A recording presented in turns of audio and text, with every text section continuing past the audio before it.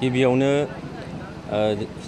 14 नं चिरांदुवार ब्लकनि गासैबो बिबानगिरिफोरखौ आङो साबायखर जासिदों जे थांनाय 8 आगस्टनिफ्राय जागायनानै दिनैहाय 15 आगस्टआव बिनि जोबथा थामहिनबा फाइनाल मेट्सखौ दा गेलेगासिनो दङ रुनिखाता प्राइमारि आरो थाइखाजरा प्राइमारिनि गेजेराव।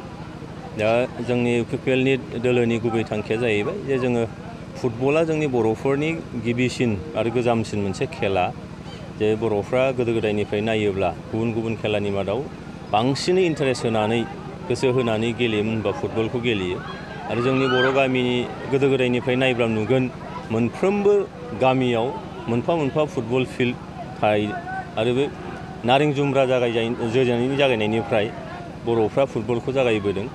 दा फैयै फैयै जों नुबाय जे दिनैनि तारिखाव बर'फोरनि गेजेरनिफ्राय जोङो नेसनेल आरो इन्टारनेसनेल फुटबल गेलेनाय बा प्लेयार जों नुबोदों। आथिखालाव दा जों बयबो मिथिखागौ हलिचरन नार्जारि बिथाङा दिनै ISL गेलेगासिनो दङ। दा जोङो फुटबला जाहैबाय जोंनि फेभरिट मोनसे गेम आरो बे गेमखौ जों प्रमट खालामनांगौ आरो जोंनि लाइमोनफोरखौ फुटबलनि गेजेरजों देहायारि राफोद खालामनायजों लोगोसे माखासे सोलोंथाइ बेलायाव जोंहा थिग खालामनांगौ। बेखायनो इउपिपिएल दोलोआ दिनैहाय जोङो फुटबलखौ जिथु पपुलार गेम जोंनि बेखौ प्रमट खालामनो थाखाय जोंनि लाइमोनफोरखौ बिनि गेजेरजों जोङो नेसनेल लेभेलनि प्लेयार बा इन्टारनेसनेल लेभेलनि प्लेयार दिहुननायनि जोंहा मोनसे गिदिरथार थांखि दङ। बेनिखायनो बे फुटबल गेमखौ होनाय जादों आरो फुटबलजों दिनैहाय जोङो मानसिया थांनानै थानो हानायनि राहा लामा निस्सय ओंखारो।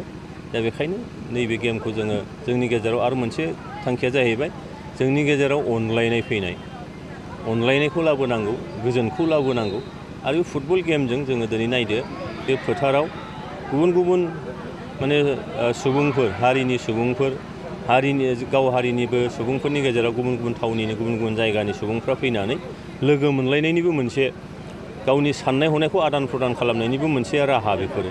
दा बेखायनो बे गिदिरथार थांखिनि गेजेरजों जा गेमखौ प्रमट खालामनांगौ आरो जों नैबे बिटिआर ओनसोलाव नायदों जे जोंनि स्टेमिनानि जोंहा खुनु खम गैया, देहानि स्ट्रेंथनि जोंहा जेबो खम जायाखै। खारना जाहैबाय जे जोङो बेयाव सुबिदा होनो हानांगौ आरो सुबिदाया नैफोरबायदि गेमनि गेजेरजों एनकारेज निस्सय मोनगोन, इयुन जोलैया निस्सय सोलोंनो हागोन। बेखायनो आं खावलायदों बे फुटबलखौ बा गेमखौ जोङो मोनफा मोनफा सायख'नानै लानांगौ आरो बेनि गेजेरजों जों मोजाङै नाजालाङोबा जानो हाया होननाय बाथ्रा जेबो गैया, गासिबो सम्भब। बेखायनो जोंनि गिदिरथार थांखिनि गेजेरजों फुटबल खेलाखौ होनाय जादों। बेनि अनगायैबो सार गुबुन गुबुन फुटबलल' नङालासे गुबुन गुबुन खेला आरो मेथाइ रोजाबनाय मोसानायनि बेलायावहाय दा नोंथांमोना नुगोन नैबे फुटबल खेलाजोंनो जोंनि हारिमु बिसेसकरि हारिमु होननानै हारिमुनि फोथारा बिराद गुवार, बेनि गेजेरावनो दामनाय मोसानाय खननाय बे आयदाखौबो समान समानै लांफानाय जादों। फुटबल खेलाजों लोगोसे मोसानायबो थाफादों, खननायबो थाफादों, दामनायाबो थाफादों। दा बेखायनो जोङो मोनसे हारिया आबुं हारि जानांगौ जायोब्ला फारफ्रोम बिथिंजों जोंहा सुबुं धोनखौ जों बारायनांगोन।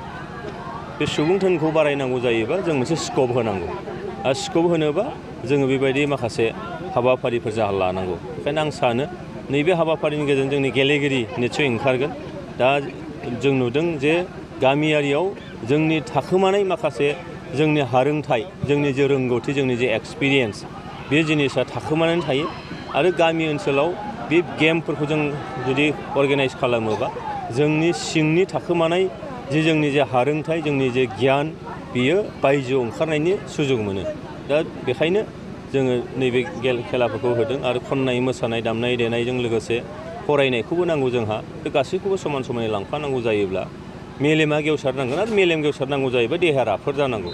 देहा राफोद जानांगौबा जोंनो बेफोरबायदि माखासे एक्सारसाइज निस्सय नांगोन आरो बेबायदि मोनसे गेमफोर जोंनो नांगोन, मोसानाय मुसुरनाय जोंनो नांगोन, दामनाय देनाय जोंनो नांगोन। बेखायनो इउपिपिएल दोलोनिफ्राय बे गिदिरथार नोजोरखौ लानानै खालामनाय जादों आरो आं नोंथांमोननि नैबे मिडियानि गेजेरजों फोरमायनो सानदों जे जोंहा अक्ट'बरनि 9 अक्ट'निफ्राय टारगेट लादों जे बिटिआर सरकार लोगोसेयैनो जोंहा जेसेबां काउन्सिलफोर दङ नर्थ इस्टआव बे इन्टार काउन्सिल फुटबल टुर्नामेन्ट मोनसे खुंनो थांगासिनो दं आरो बेजों जों सानदों जे दिनै इन्टार काउन्सिल फुटबल टुर्नामेन्ट होननानै बुङोबा जोंनि जायफोर थागिबि सुबुंफोर आरो दिनै नुदों जे फुटबलाव थागिबि सुबुंफोरनि जिबायदि मोनसे हारोंथाइखौ दिनै जों नुनो मोन्दों।